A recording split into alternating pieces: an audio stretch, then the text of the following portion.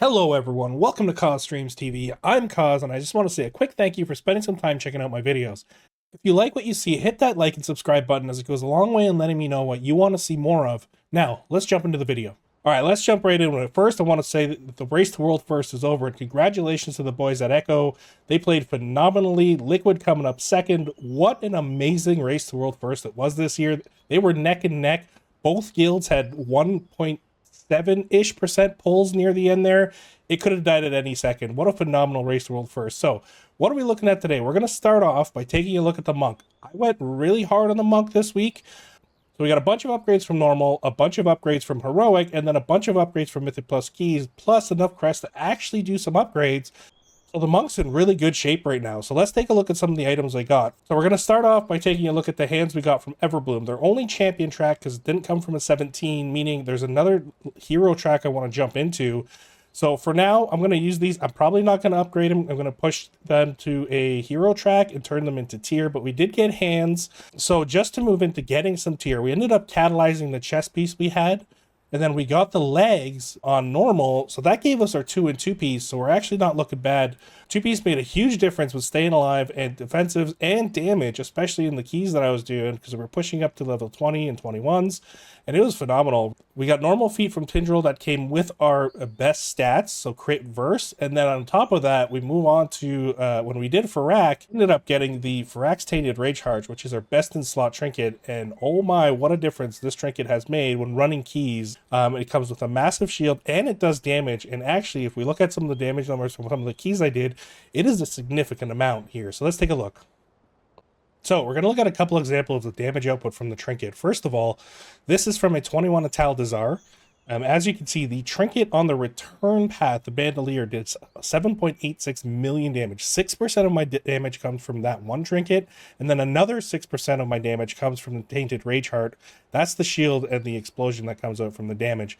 That is insane. So monks are on borrowed power time once again. However, it is a lot of fun to play, and I'm 1.5 minute cooldown. This Tainted Rage Heart is a phenomenal trinket to use. This is the damage profile from a 21 Dawn of the Infinite. The pulls are a little smaller. However, once again, it's a little more dangerous in that dungeon. Things hurt the monk a little more, so using the trinket more often. Again, 6% of my damage, almost 10 million damage, is just from one trinket alone. And then once again, the return on the bandolier is 5.7, 8.88, and then the actual throw is 2.68. So overall, this bandolier did about 10 million plus damage in the 21 Dawn of the Infant Tyrannical key. Very impressive. Now, we're going to take a quick look at how we did for keys. Like I said, I ran a lot of keys last week. All of these tyrannical keys were done this week, and then some. So I did run multiples of some of the keys. So if we're taking a look here, we ended up doing a 21 Atal Dazar, 21 Galakron's Fall, a 21 Wakerest Manor, 20 Throne of the Tides, a 20 Blackrook Hold, a 20 Morazon's Rise. Now, this key was very challenging this week. 20 Darkheart Fitted, and Everbloom is an absolute S tier dungeon this week due to bursting and the petals bursting. It was not a lot of fun, so I did run an 18 and a 19. However, that put us at 2670 rating. So my exact score coming from Raider.io is 26,069.8. And I actually, earlier in the week, I was down to being the 17th monk on the Area 52 realm, which is pretty impressive. I'm going to continue working on this. Currently, we're 32. I want to get back into that top 20, and that's something we're going to work on this week with Fortified. So I want to take a second here and show you guys some of the pulls that I could do with my monk after picking up all this extra gear. We're at 467 here.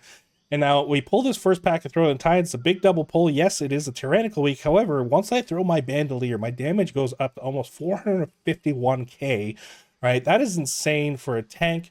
But here we go, big AoE pull. Damage is coming out, 113k healing. No concerns whatsoever. This pull went very well, and it was very comfortable. I had no concerns. I drag right into the next one, and things are going smoothly. We kick Reader up. We still have Lust Roll in it. This was a really fun pull and a really fun dungeon to do, because you can do a few big pulls like this.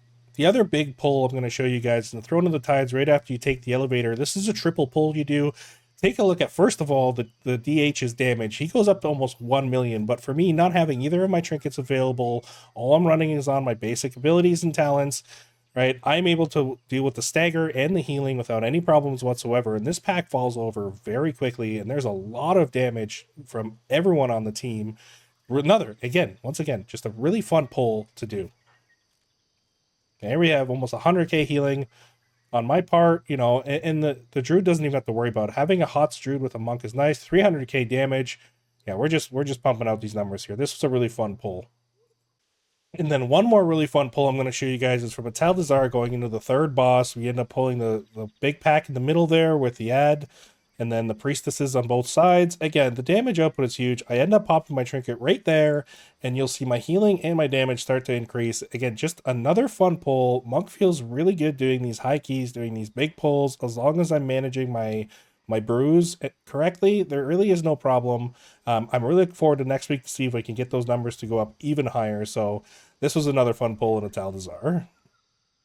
Look at that. We're up to 110k healing and 220k DPS. Feels good to be a monk right now. Here, as you can see, I'm not managing my stagger very well. My stagger is really high, so but pop a spell harm, I finally get my brew, and I'm okay, and I live through it. With bursting, the healer does a phenomenal job. But yeah, that was a really fun pull as well. All right, so let's take a look what the monk got this week in his vault. We're going to keep the loot specialization as Brewmaster. Here we go.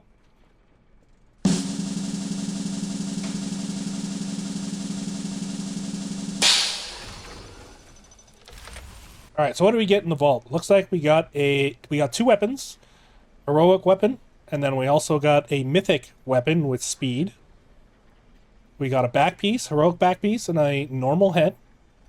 Then we got a mythic track tier piece for our headpiece and a mythic track chest piece we could catalyze now. So currently I used my token last week for the head, right? And then we also already have a chest. However, our chest is champion track and this is mythic track, so we could use the catalyst to upgrade it and then see what we get next week. So even though we have the heroic headpiece, which we used the token on, which is a bit of a mistake last week, we're actually going to take the mythic track head because it drops from Tindril and mythic. It's going to be a while for us to get there. So we're taking that on the monk.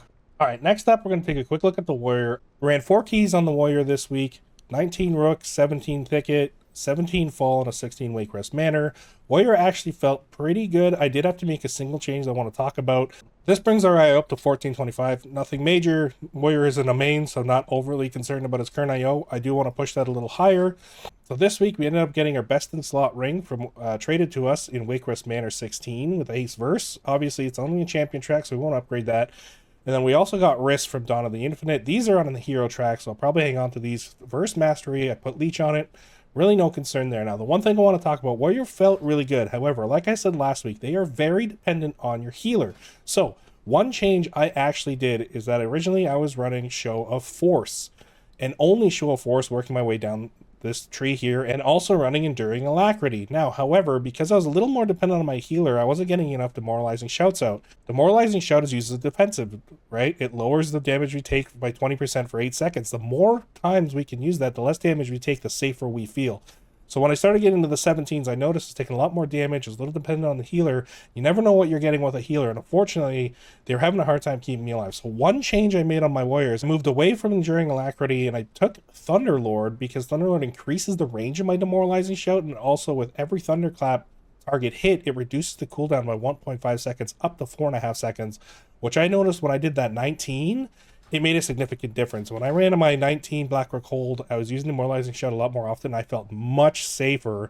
So just a quick tip, if you're having issues and your healer's struggling, I would suggest taking this so you can get more Demoralizing Shouts out. Overall, Warrior felt really good. Once I made that one change to the talent tree, it made it feel much safer to do bigger pulls, and then I was less dependent on my healer because I was just taking less damage overall. Something to keep in mind. Very helpful, but Warrior is probably going to be this next tank that I take and push all my 20s on because he felt good. Obviously, some weeks is going to be better than others, but depending on the group comp that I have, I can make anything work. So, Warrior feels good once again. All right, next up we have the Warrior. We're going to do the loot specialization as brought, and let's see what we get out of his 2 vault slots.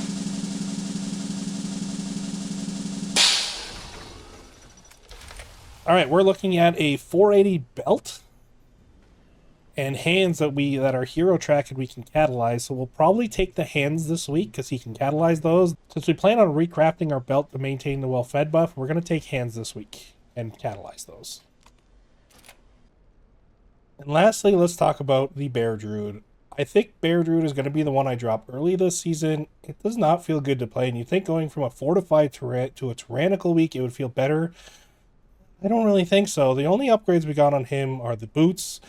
Crit haste boots from an 18 throne. They are hero track, which is great. Druid just doesn't feel like it did last season. It feels slower. Rage regeneration just isn't there. It does still help with group healing, but I don't think this is the class that I'm going to move forward with, mainly because it felt very clunky, right? Like that's the best way to put it. So we did do a normal raid, however, so our vault options should be looking good. Moving forward, he may just be a balanced druid, and then you'll see updates for DPS play. We got a few keys done last week. We got an 18 throw to the tides, which went well because I had a good group. Footage is running in the background, as you can see. We got a 17 Everbloom. Again, just Everbloom is such a terrible key this week with bursting. You have to pull slow. You have to be very mindful of what you're doing. So if you're ever doing an Everbloom on a bursting week, just take it slow. It is doable with the right group, but it is definitely challenging. And we also failed the Morazon's Rise. Once again, this is a challenging key. However, I did not die to the blast from the boss on a Tyrannical week. They hurt a lot less on my Bear Druid than my Monk, who got one shot the first time he went in there. And last up, we're going to check out the Druid. We ran normal raid on him in 3 mythics, so we didn't get that second vault slot, but let's see what he got.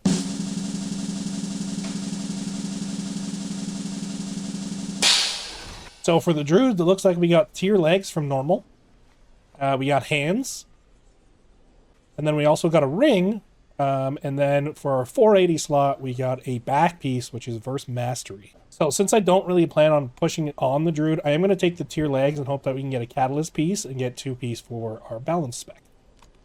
Alright, and that's it for the video. Thank you guys so much for watching. If you made it this far, hit that like and subscribe button to show me that you enjoyed it. And we'll see you next week.